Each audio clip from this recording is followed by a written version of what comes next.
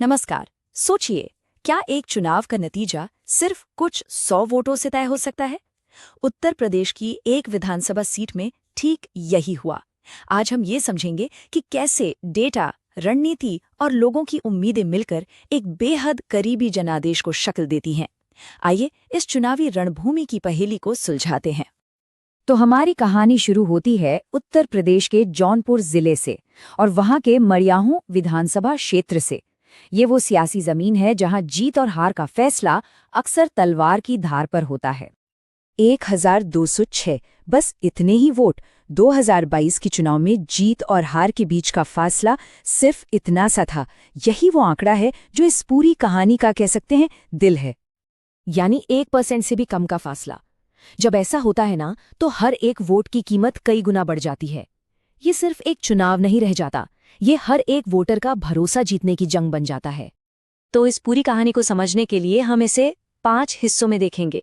पहले समझेंगे कि ये क्षेत्र इतना कांटे की टक्कर वाला क्यों है, फिर आंकड़ों की गहराई में उतरेंगे। इसके बाद हम देखेंगे कि जनादेश बनता कैसे है, सत्ता के वो 4 चेहरे कौन से हैं जो सब कुछ तय करते हैं, और आखिर में गवर्नेंस को कैसे इंजीनियर किया जा सकता है। तो चलिए पहले हिस्से से शुरू करते हैं। एक ऐसा निर्वाचन क्षेत्र जो हमेशा तलवार की धार पर रहता है। आखिर मरियाहूं की राजनीति में ऐसा क्या है जो इसे इतना दिलचस्प और कहिए तो अप्रत्याशित बना देता है? देखिए, यहाँ का जो सामाजिक ताना बाना है वो काफी पेचीदा है। कुल मतदाता हैं लगभग 3,37,000। इनमें ओबीसी आबादी, खासकर यादव और कुर्मी पटेल समुदाय काफी प्रभावशाली हैं। साथ ही लगभग 15% अनुसूचित जाति की आबादी और मरियाहूं शहर में अच्छी खासी मुस्लिम आबादी भी एक बहुत ही निर्णायक भूमिका निभाती है। सारे सियासी खेल इन्हीं समीकरणों के इर्द गिर्द बुने जाते हैं। अब आते हैं आंकड़ों पर, क्योंकि कहते हैं ना, नंबर्स झूठ नहीं बोलते। वो हमें वो कहानियां सुनाते हैं जो अक्सर सतह पर हमें दिखाई नहीं देती। जरा 2022 के नतीजों पर नजर डालिए। एनडीए के अपना दल और समाजवादी पार्टी, इनके बीच का जो वोट शेयर का फर्क था वो 1% से भी कम था। अब यहाँ पर जो असली गेम चेंजर साबित हुई वो थी बीएसपी।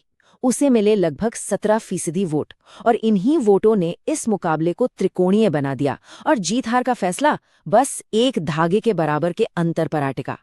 और ये कोई एक बार की बात नहीं है। समाजवादी पार्टी का ही सफर देखिए।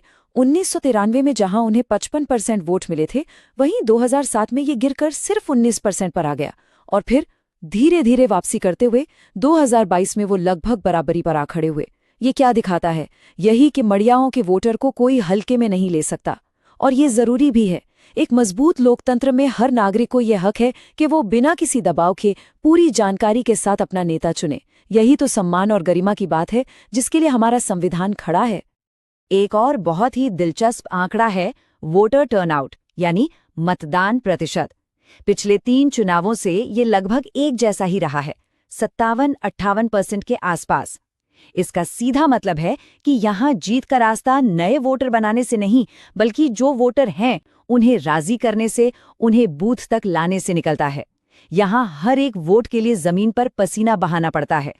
तो चलिए अब तीसरे पड़ाव पर चलते हैं और ये समझने की कोशिश करते हैं कि ये जो जनादेश है इसकी बनावट कैसी है। वो कौन से फैक्टर्स हैं जो यहाँ हार और जीत के बीच की महीन लकीर खींचते हैं। तो इन सारे आंकड़ों से क्या पैटर्न सामने आता है? साफ है कि जब भी मुकाबला त्रिकोणीय या बहुकोणीय होता है तो वोट बट जाते हैं, जिसे हम वोट स्प्लिटिंग कहते हैं। मतलब एक के खिलाफ पड़े वोट कई उम्मीदवारों में बट जाते हैं। इसके अलावा गठबंधनों की जमीनी पकड़ और लोकसभा चुनाव के नतीजे ये भी हवा का रुख तय करने में बड़ी भूमिका निभाते हैं।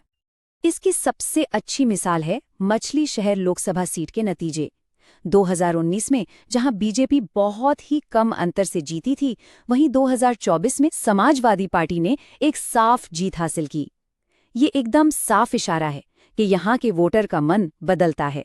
वो हर चुनाव को एक नई नज़र से देखते हैं। हर चुनाव एक नई जंग है। तो सवाल उठता है कि वोटर अपनी पसंद किस आधार पर बदलते हैं? जवाब है उनकी अपनी जिंदगी के मुद्दों पर। देखिए, युवाओं के लिए बेरोजगारी एक बहुत बड़ा सवाल है। परिवारों के लिए कमरतोड़ महंगाई एक सच्चाई है। और हाँ, भ्रष्टाचार और स्थानीय सड़कें, बिजली पानी जैसे मुद्दे, ये सब उन्हें परेशान करते हैं। असली राजनीति तो इन्हीं जमीनी सच्चाइयों से निकलती है। अब आते हैं इस विश्लेषण के सबसे अहम हिस्से पर, जिसे हम कहते हैं चतुर्मुख सिद्धांत। किसी भी चुनाव की नब्ज पकड़ने के लिए हमें उसे इन 4 अलग-अलग नजरियों से देखना ही होगा। पहला चेहरा है उम्मीदवार का डॉक्टर आर.के. पटेल, पेशे से एक डॉक्टर और एक जमीनी नेता। उनकी एक छवि है सेवा की, लेकिन उन्हें अपनी इस प्रोफेशनल इमेज और बार बार गठबंधन बदलने के अपने इतिहास के बीच एक संतुलन साधना होगा। वोटरों का विश्वास जीतने के लिए ये दिखाना जरूरी है कि उनका सेवा का भाव लगातार बना हुआ है। दूसरा चेहरा है पार्टी का। समाजवादी पार्टी की जो मूल पहचान है वो सामाजिक न्याय की है, लेकिन आज के वोटर के लिए सिर्फ पहचान काफी नहीं है। इस पहचान को सुशासन और स्थानीय विकास के एक ठोस भरोसेमंद वादे से जोड़ना ही होगा। पार्टी की विरासत को क्षेत्र के भविष्य के लिए एक नक्शा बनाना होगा। तीसरा चेहरा है प्रतिद्वंद्वी का। बीजेपी और अपना दल का जो गठबंधन है वो केंद्र सरकार की योजनाओं और हिंदुत्व की राजनीति, इन 2 स्तंभों पर खड़ा है। अब इसका मुकाबला करने के लिए बहस को राष्ट्रीय मुद्दों से खींचकर स्थानीय जमीन पर लाना होगा। ये दिखाना होगा कि वादे तो बहुत हुए, पर जमीन पर डिलीवरी में कहां-कहां कमी रह गई। और चौथा सबसे जरूरी चेहरा है वोटर का, आम इंसान, जो झूठे वादों से अब थक चुका है। वो अपने नेताओं से क्या चाहता है? सम्मान, रोजी रोटी और ईमानदारी। वो एक ऐसा नेता चाहता है जो वैसा ही हो जैसा वो दिखता है। उनकी उम्मीदों और उनकी तकलीफों को समझना, यही जीत की असली चाबी है। चलिए अब हमारे आखिरी हिस्से की ओर बढ़ते हैं और देखते हैं कि ये सारी समझ, ये सारा विश्लेषण जमीन पर एक एक्शन प्लान में कैसे तब्दील होता है। क्योंकि ये सिर्फ चुनाव जीतने की बात नहीं है, ये शासन की इंजीनियरिंग करने और जनता का विश्वास बनाने की बात है। एक असरदार अभियान के लिए ये 90 दिन का ब्लूप्रिंट 3 चरणों में काम करता है। पहले 30 दिन जमीन को समझना, रिसर्च करना। अगले 30 दिन अपनी बात लोगों तक पहुंचाना, संवाद करना। और आखिरी 30 दिन पूरी ताकत झोंक देना। और हाँ, आज के डिजिटल दौर में ये याद रखना बेहद जरूरी है कि हम जब भी किसी वोटर तक पहुंचे तो उनकी निजता का पूरा सम्मान करें। उनकी सहमति के बिना उनका डेटा इस्तेमाल करना न सिर्फ गैरकानूनी है बल्कि अनैतिक भी है। और आखिर में ये बात गांठ बांध लेनी चाहिए, असली काम नतीजों के अगले दिन से शुरू होता है। एक चुनावी अभियान सिर्फ जीतने का प्लान नहीं होता, यह शासन करने का, हक कमाने का एक रोड मैप होता है। क्योंकि चुनाव तो बस एक पड़ाव है, असली मंजिल तो गवर्नेंस है। तो हम इस सफर को एक सवाल के साथ खत्म करते हैं।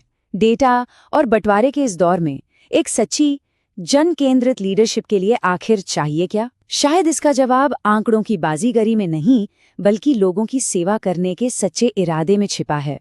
If you want to become a people-centric leader and uplift your constituency, get in touch with blueprintstrategies.ai at mgr@blueprintstrategies.ai or call 080-420-41602. Purpose Beyond Politics.